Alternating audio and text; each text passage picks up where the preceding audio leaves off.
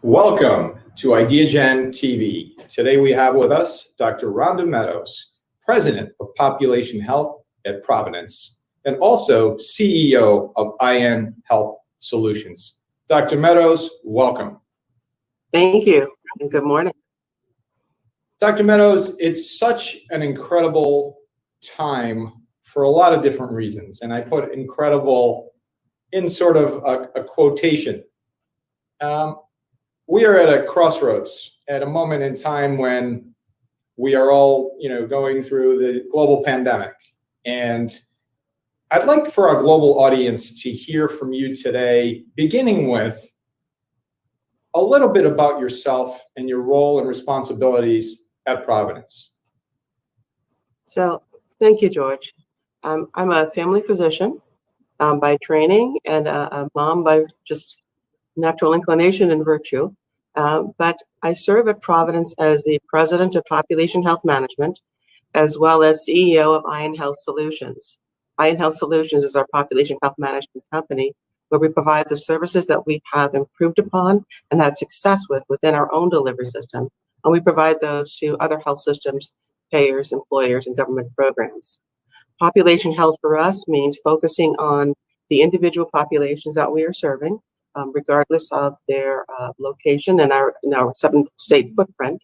But it also means that we give additional attention to those populations that may need additional assistance. That includes not only the Medicaid populations and indigent populations, as well as the elderly in Medicare programs or dual programs. It also includes addressing mental health and a whole host of other things, including and more especially right now, health equity. And Dr. Medows, that's such an important role that you're playing to help change the world in so many ways. And your perspective as a global leader in healthcare has been recognized by so many organizations along the way, rightfully so, because your vision, your ability to peer and to see around corners is so critically important, especially as we talked about at the beginning of this program, where we're at this crossroads, we're at a moment where the light is shining, and we'll talk more about this a little bit later, but is shining on health disparities, not only in the United States, but really across the world. And at Providence, you've been using innovation in such positive ways to help achieve many of the global goals of the UN, but specifically goal number 3, such as helping to reduce avoidable emergency department visits, etc. Can you help explain to our global audience how you and your team have even begun to do this? When we are thinking about good health and well-being, we think about the whole person.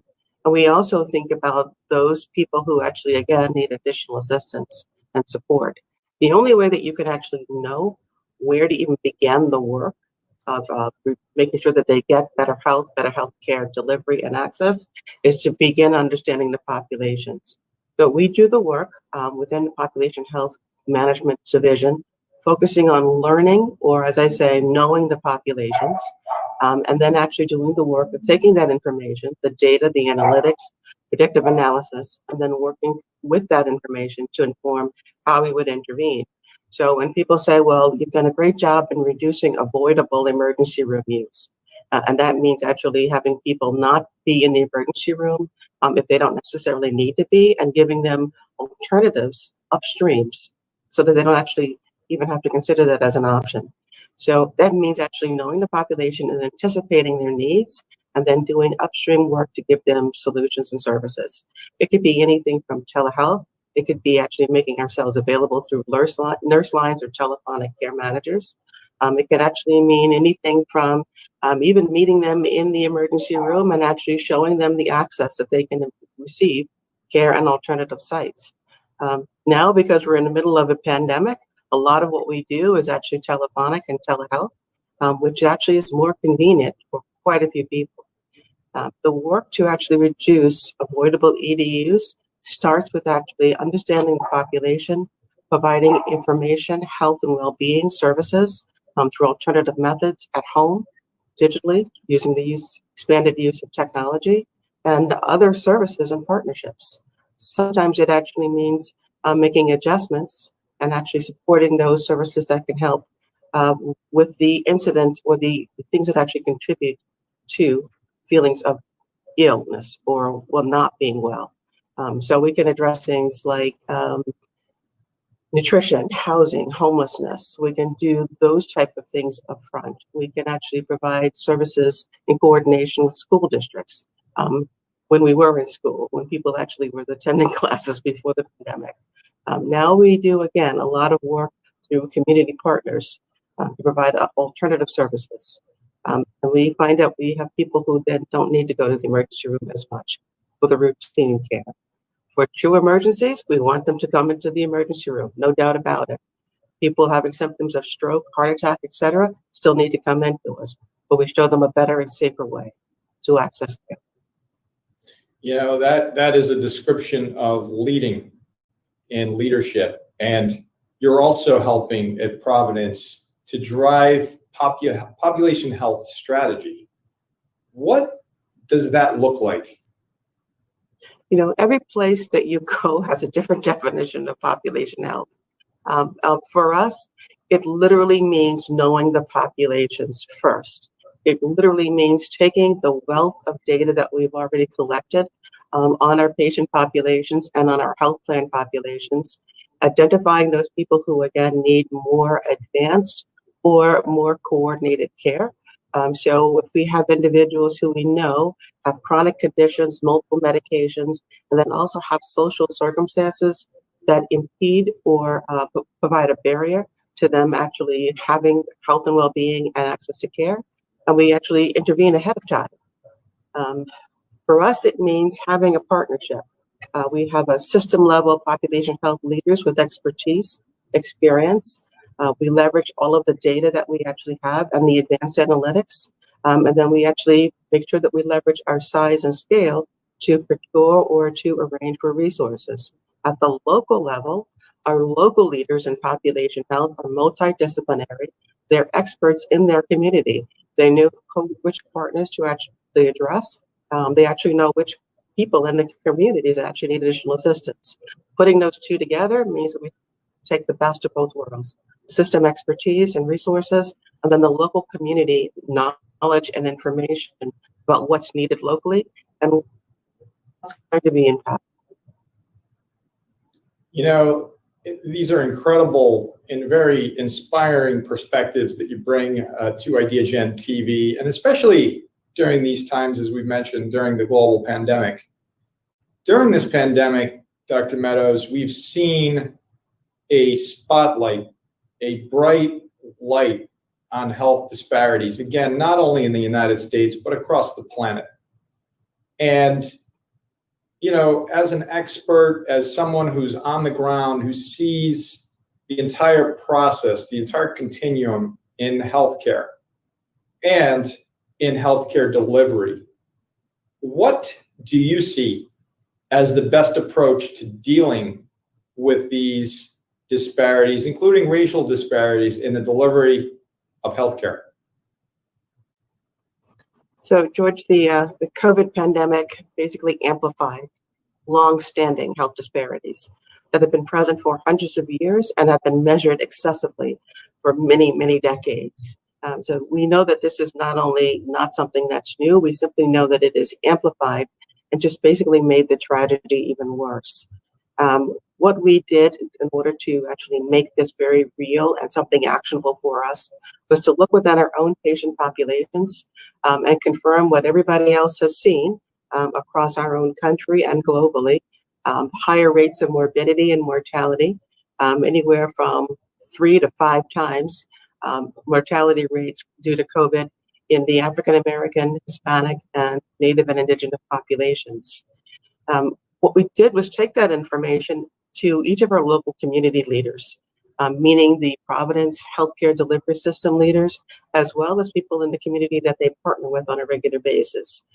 Partners who work, again, in some of the social services areas, including nutrition, homelessness, and everything from education to making sure people have utilities turned on, and as well as transportation.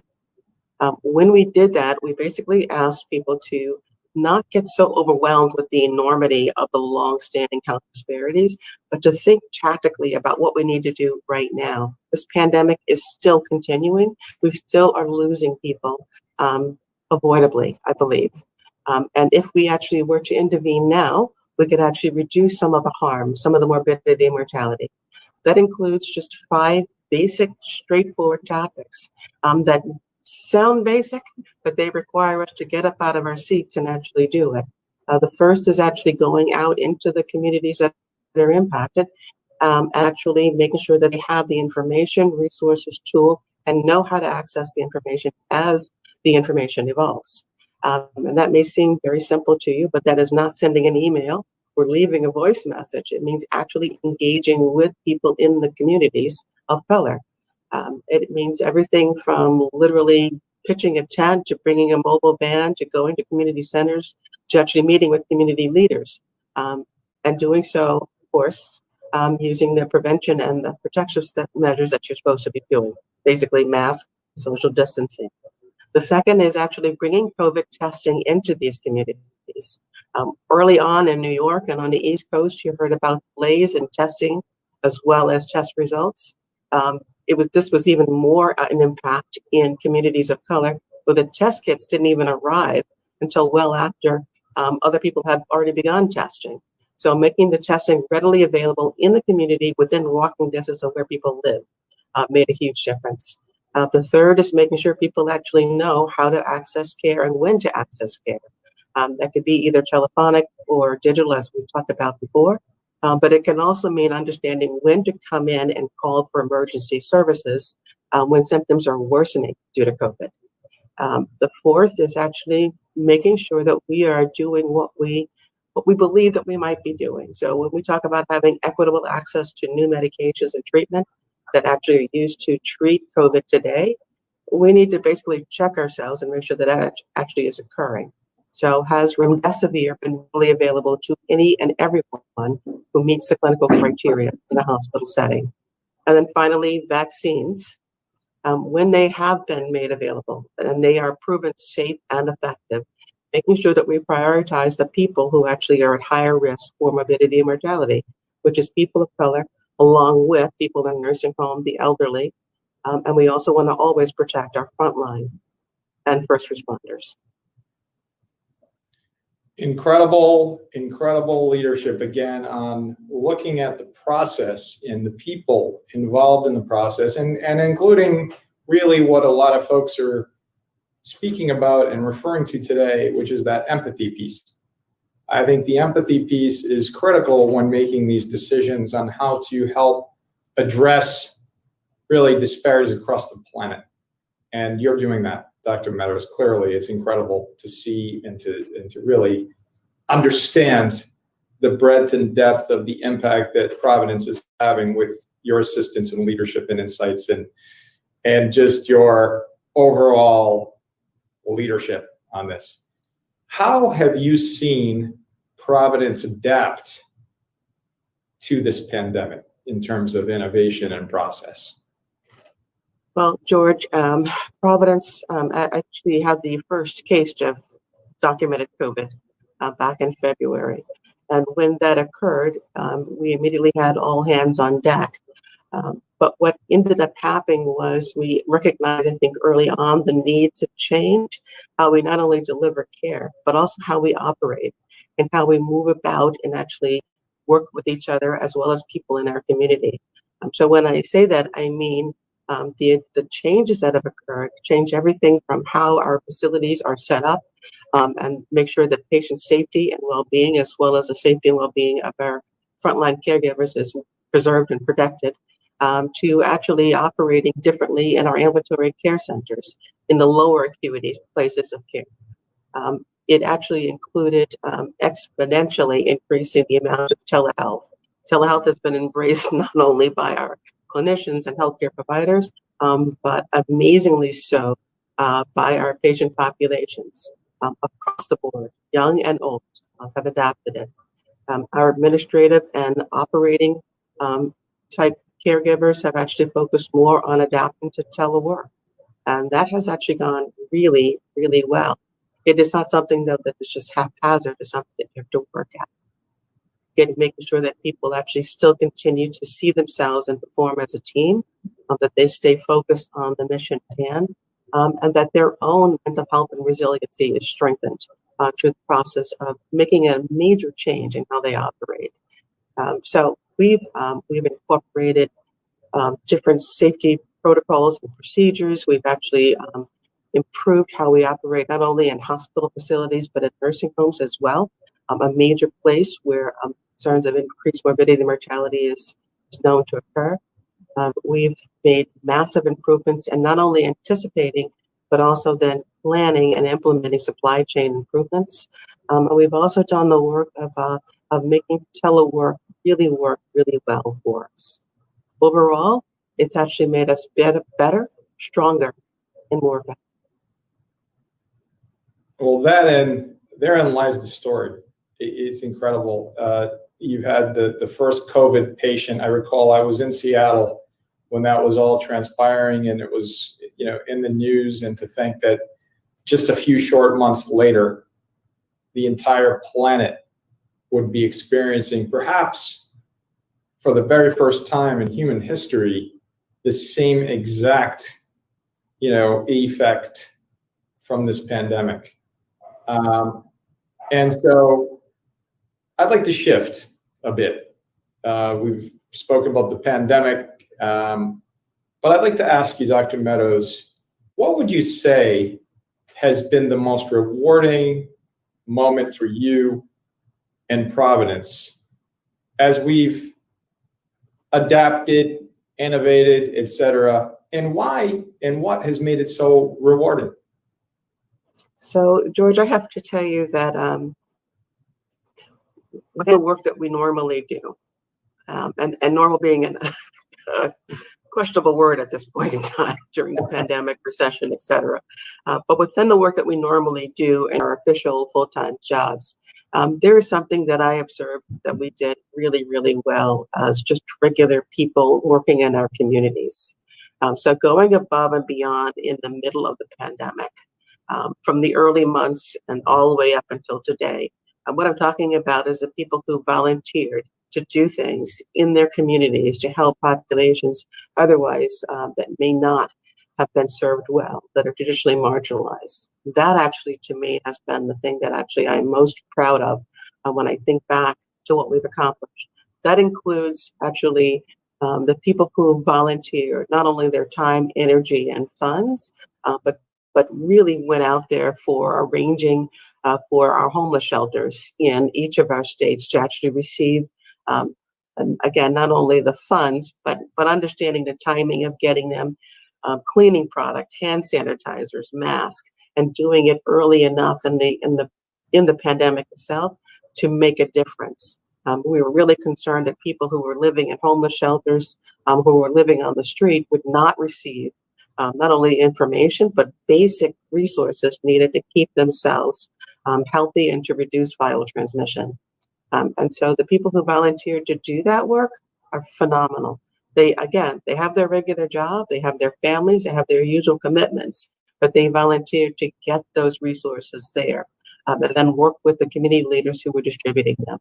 The same thing is something that we did with food banks in Washington State and California.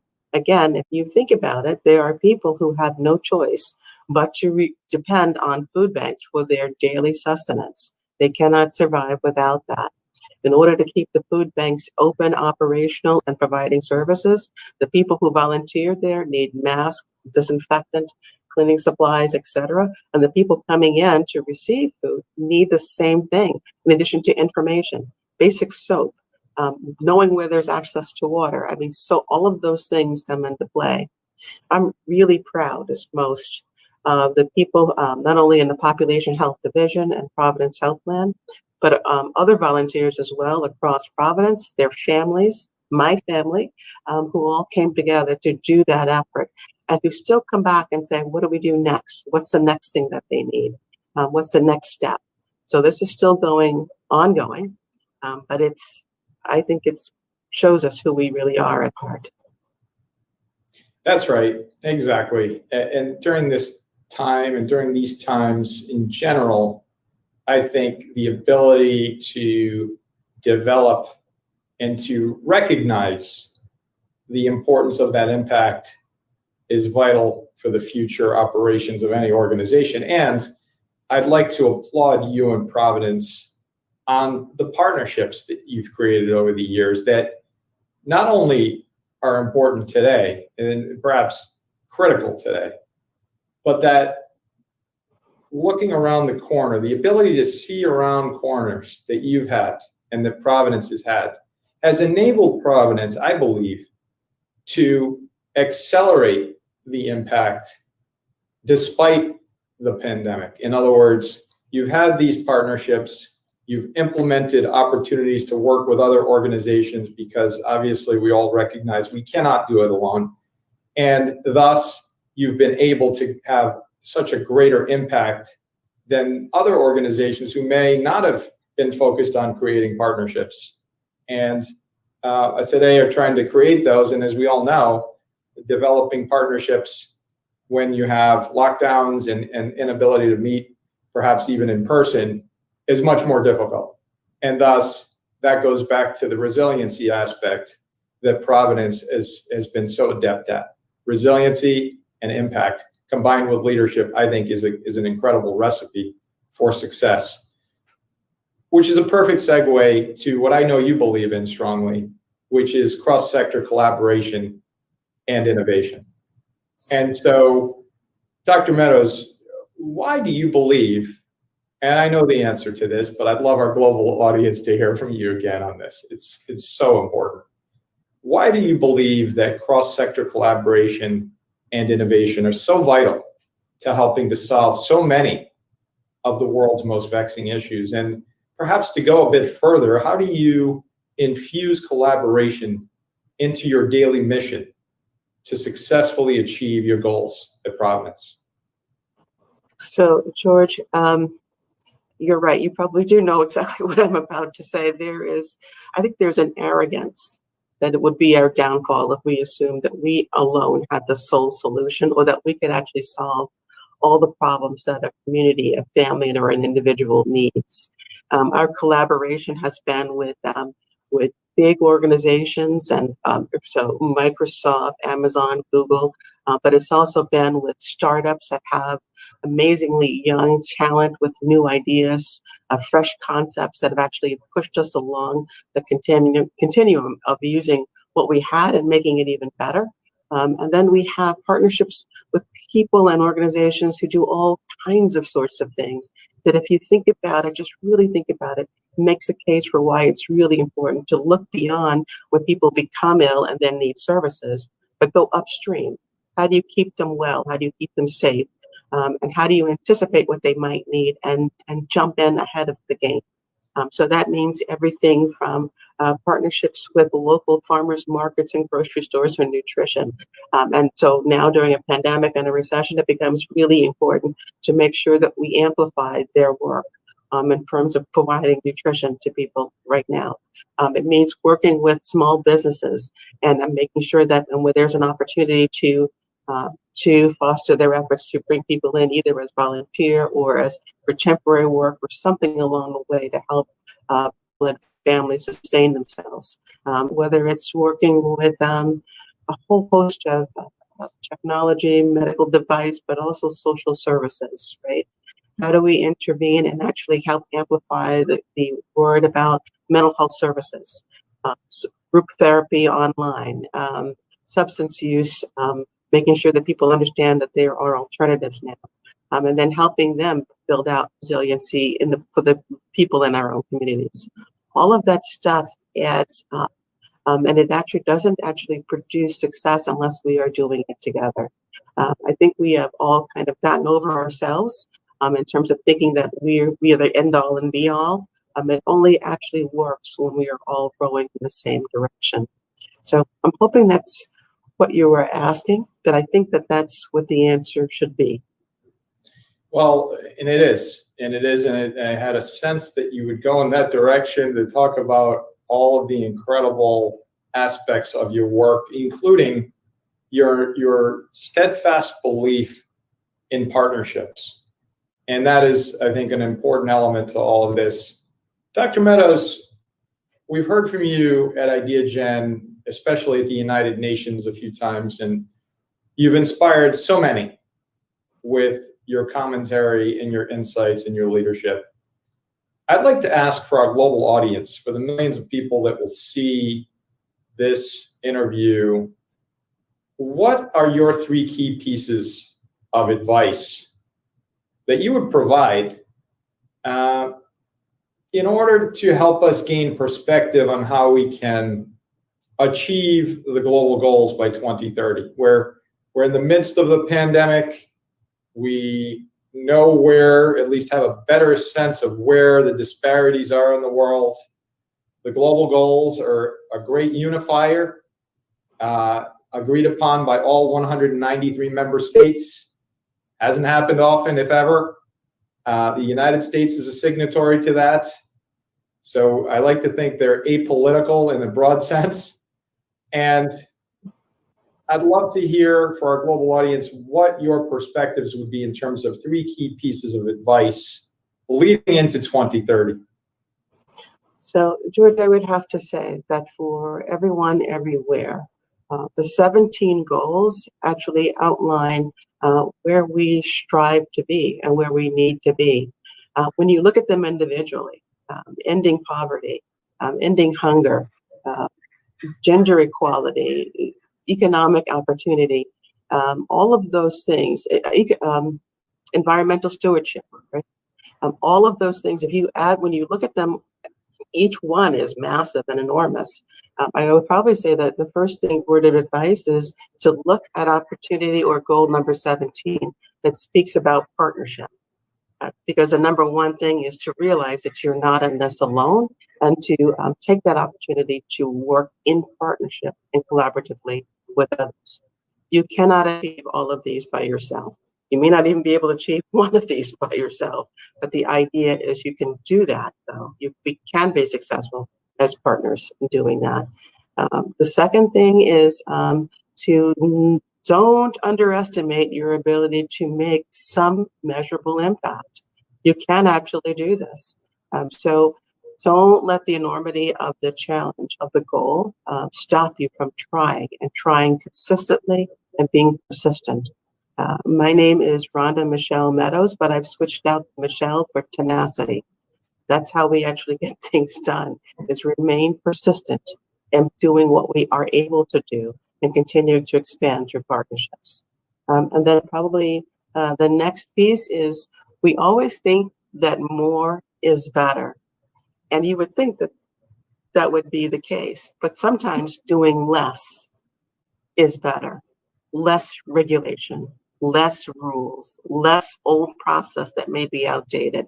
So sometimes we have to look at what we already have on the table and realize, well, maybe that wasn't as effective. Maybe that's a barrier. Maybe that's posing another challenge to an already difficult or challenging goal that we have to achieve. So those 3 things. Partners, don't underestimate yourself, and reevaluate. Is more really better? And should you be doing less of some other things to help us achieve our goals?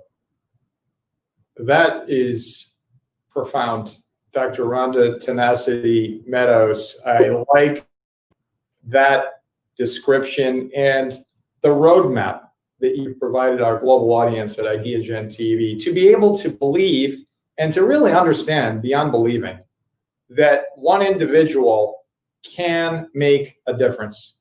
We see it in you. You're making such a difference for so many people across the world, literally. It's not just talking, but it's also walking. And you're leading people, and you're helping to guide, and you're helping to help break down what would be an enormous, just absolutely enormous change in the delivery of healthcare. And changing that paradigm so that people can understand that, like you said, sometimes less is more in regulations or in ways you're doing something. And I think maybe that's one of the if we can talk about some of the positive elements coming out of the pandemic, is that we're able, in some ways, Dr. Medows, to rewrite how we work, how we live, how we play, how everything happens, so that maybe there's more efficiency. Maybe some of the things that were happening didn't need to be happening, just based on the fact that things have changed and innovation is accelerating. And it's that incredible moment in time where innovation can take place and we can come back better and we can go forward, to your point, forward, stronger and more efficient. And so we're at the conclusion of our interview on IdeaGen TV, and I'd like to ask you a final question. And that is, what would be your post-summit ask for our global audience as we continue to change the world together?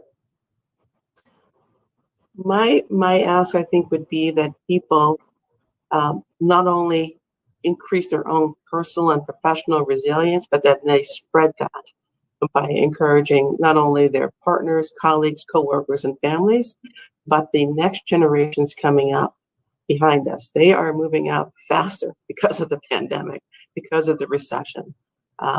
So my ask would be to make sure that they are bringing younger people, younger talents, going all the way back to high school, college, to the interns. Bring them to the table sooner, quicker, faster. They have a voice. They have things and ideas to share. And honestly, they're going to be the ones leading us sooner than we think. That would be my first and foremost ask.